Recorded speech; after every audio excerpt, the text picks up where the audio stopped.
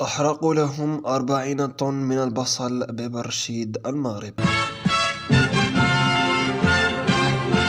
توم بريس، سلام الله عليكم. في فيديو جديد تداوله رواد مواقع التواصل الاجتماعي لحادث نوقب هو الأعظم على مر التاريخ، ذلك في مدينة برشيد المغربية، ما أتى على إثر حرق أكبر خزينة جهة برشيد، والتي تتمثل في 40 طن من البصل مخزونة بأحد مستودعات التخزين للخضر ببرشيد، ما أسفر عنه إتلاف الكثير من هذا المنتوج وإصابة صاحبه بالهلع جراء الموقف هذا، وإن عبر عنه جل رواد مواقع التواصل الاجتماعي على أنه حدث ليس كسابق عهده الأخير. أيضا مرددون ربي فضحوا بصلة غالية وهو مخباها، هذا في ظل ما تشهده البلاد من ارتفاع الأسعار داخل الأسواق المغربية وانخفاض القدرة الشرائية للمواطن.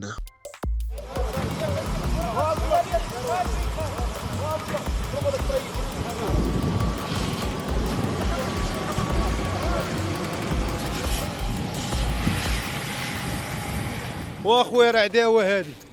شحال حرقوا لنا دار البصله، شوف 60 مليون ولا 50 مليون اللي مشات لينا دار البصله، جاو من دون عباد الله حرقونا حنايا، من دون عباد الله، راه 100 ما عرفت 30 بياع وشريه ولا 40 تحرقوا فيهم جوج دون الناس، تحرق فيهم ولد عمنا وخويا، الزباله دار الفلوس مشات لينا، وسيدي حرق معنا وراه قال لك شناه العساس، قال لك شناه، قال لك شتو ياك داير طايزن ما حرقاش تم غادي هي.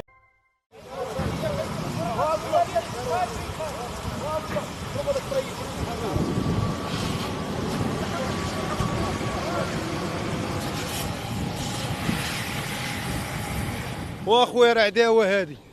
شحال حرقوا لنا دار البصله، شوف 60 مليون ولا 50 مليون اللي مشات لينا دار البصله،